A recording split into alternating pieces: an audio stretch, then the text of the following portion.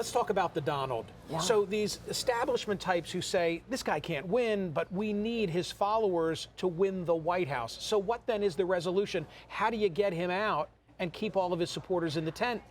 Well, I think a few weeks ago there was talk among various party leaders to get together a bunch of money and hammer this guy in a series of commercials. I think cooler heads prevailed. It was not done. I hope it will not be done.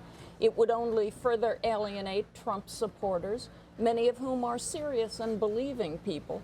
And it would only give credibility to their thought that Trump represents the perfect anti-establishment guy, and that's why the establishment is trying to kill him. I know that you don't regard yourself, no one would regard Peggy Noonan as a member of the liberal media, but anytime the media, the column you wrote for the Wall Street Journal this week, probably helps him, because when he's perceived as being under attack by anyone in a position of control or authority, they rally to him. Yeah, that's true. I think his supporters feel he has a lot of enemies, and once they see somebody pushing back against something he said or something he did, they are very good at calling you.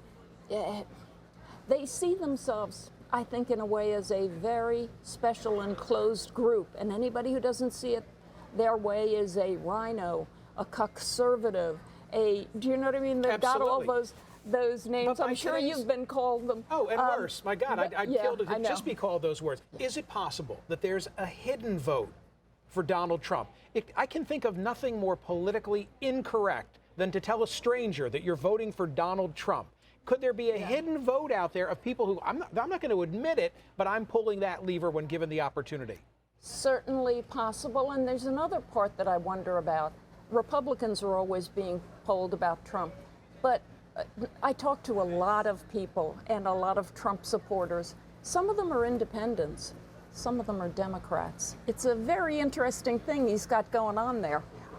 So I don't know how that translates into the polling. I know what you're saying. Is it mildly embarrassing to say you're for him, therefore you won't tell the pollster?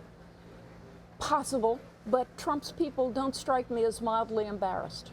Let me go back to... Do you know what I mean? They're sort of, I'm for this guy. In the Wall Street Journal this week, in your column, you said about Donald Trump, he doesn't think it through, doesn't anticipate legitimate pushback, doesn't try to persuade, only declares. Yeah. Is it possible he's dumb like a fox? There was a different analysis in the Washington Post this week that said it may not appear so, but it's all calibrated. It's all tested. He has a great ear. He knows exactly what he's doing, and it's not as chaotic as you might think from the sidelines. I just don't read. I can't help but think him impetuous and spontaneous. I mean, spontaneity can be a very good thing, but I don't get the vibe from him that he sits down and says this is serious policy that is going to be considered by a serious nation at a serious time. Therefore, I'm going to write it down, think it through, talk to people, make it good and serious. He just pops off.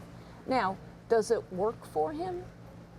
Yeah, so far, kinda, because he hits on real concerns, real anxieties, and real frustrations that are to be respected. 25 years worth of work. Of what are you most proud in this book? My political work. I love writing about presidents. I love writing about the greatness game, the thing that so preoccupies us and interests us. We certainly got a big one this year. We're having a year you and I have never seen before. No doubt. I've been wrong so many times. Me too. Don't leave without signing my book. The book is titled The Time of Our Lives. Peggy Noonan, thank you for being here. Thanks, Michael.